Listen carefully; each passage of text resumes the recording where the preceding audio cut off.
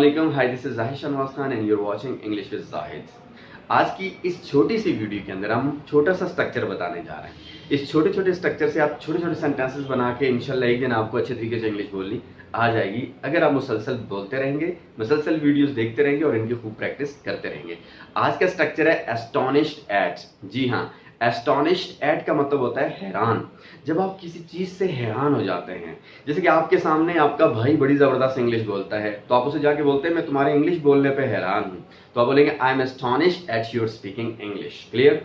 आपका दोस्त बहुत अच्छा क्रिकेट खेल रहा है, आपको उम्मीद नहीं थी कि वो ऐसा क्रिकेट खेलेगा। जब आप उससे क्रिकेट खेलते हुए देखते हैं तो आप कहते हैं I am astonished at your playing cricket. याद रखें, एट के बाद हम वर्ब की gerund form astonished at your playing cricket होगा। अगर फॉर एग्जांपल आपकी सिस्टर बहुत अच्छा पकाती है लेकिन आपको उम्मीद नहीं थी, आप कहते हैं मैं हैरान हूं तुम इतना अच्छा पकाती हो, I am astonished at your cooking so good.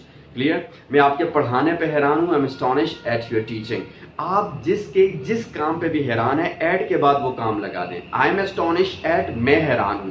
She is astonished eight, वो लड़की हैरान है। ही इज एस्टोनिश्ड एट, वो लड़का हैरान है।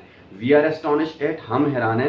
He is astonished at me, वो मुझ पे हैरान है। क्लियर? फॉर एग्जाम्पल मेरे पेरेंट्स हैरान हैं कि मैं इतनी अच्छी इंग्लिश कैसे बोल लेता हूँ। My parents are astonished at my speaking English. Astonish के मजीद सेंटेंसेस बनाएं और इनको खूब बोलने की कोशिश करें। एस्टोनिश की जगह हम सरप्राइज्ड एट भी यूज कर सकते हैं। जी हाँ, सरप्राइज्ड एट का मतलब भी होता है हैरान। आप इसकी जगह ये भी कह सकते हैं I am surprised at your speaking English. जहां हमने लास्ट सेंटेंसेस के अंदर एस्टोनिश लगाया था, उसी की जगह हम सरप्राइज एट को भी लगा सकते हैं। Clear? Thank you very much, keep on watching English with Zahid. अल्लाह हाफिज़।